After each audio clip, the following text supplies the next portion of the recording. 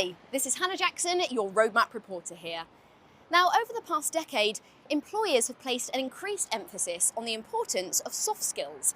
Prospective employees are not only expected to have a deep understanding of their subject, but also to be well versed in teamwork, problem solving, leadership, and communication skills. But are these things that you can actually learn? And can you get any better at them? Well, I've come to North London to find out. I'm meeting Max Dickens, author and co-founder of Hoopla, an improvisation theatre company offering business workshops with a bit of a twist. So Max, can you tell me a bit more about Hoopla? What is it that you do? Well, Hoopla is the UK's first improvisation school. So we teach people how to improvise, and mainly they want to use these skills on stage.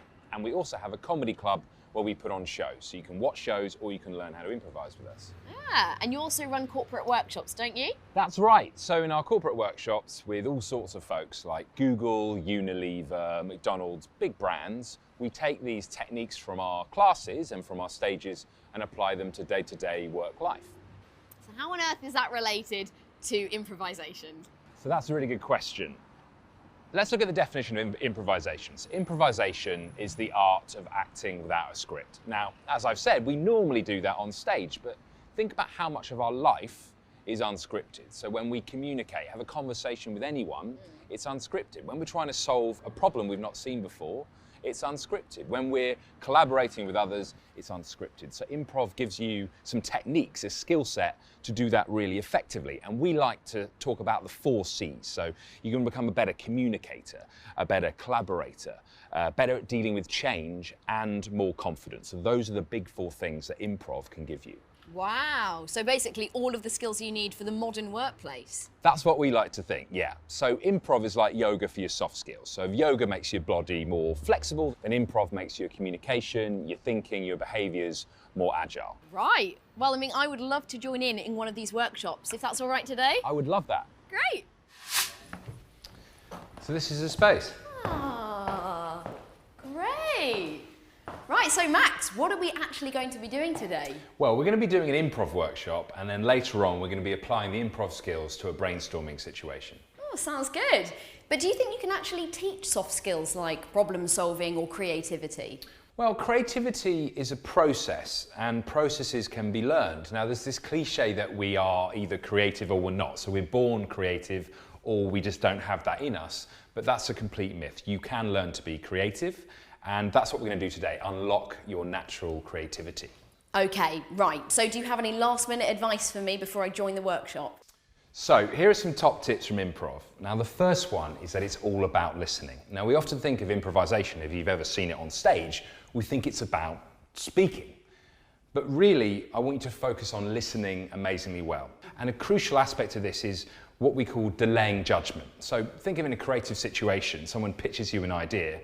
Often our instinct is to shoot it down and criticize it straight away. Maybe it's out of budget, or maybe we think it's unrealistic. But what we do then is we stop ourselves exploring an abundance of offers or ideas. Wow, okay. So it's more about pooling ideas and mulling them over together rather than just one person taking the lead. Exactly right. And we have a technique for building on ideas which we call yes and this is probably the biggest philosophy in improvisation. So yes and is about accepting someone's idea and trying to build on it with some information from your own perspective. And then the final thing we'll talk about is mistakes. Things are going to go wrong, okay? And in brainstorms, people pitch ideas which maybe we don't like or are a bit weird, strange things happen. So rather than ignore those things or panic about them, improvisers try and treat them as gifts. We try and go, how can we use this? And see if we can use them as creative launching pads. So treat mistakes as gifts, listen with a willingness to be changed, say yes and you're golden. Right, schooled by Max's top tips, I'm ready to join in with the improv group. Working in pairs, we're given a series of exercises to teach us to listen more, to resist blocking each other's ideas, and to push our creativity to the limits. After each exercise, we take a minute to see how we can apply what we've experienced to our working lives.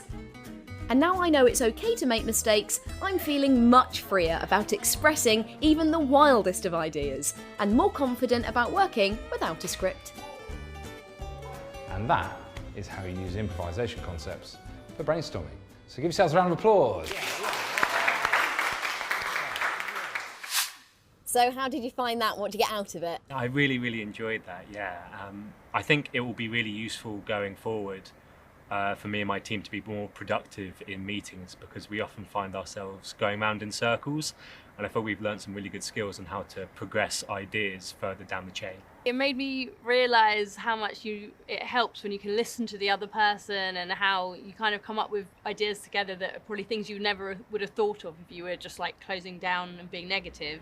So it's definitely that kind of positive attitude that I feel like it's going to help me at work.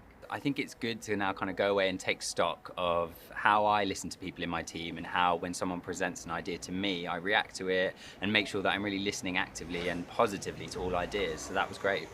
Did you have a lot of fun doing that? I did have a lot of fun. It was really interesting, and it's made me realise I'm definitely guilty of saying yeah but quite a lot, so I'm going to say yeah and more often now.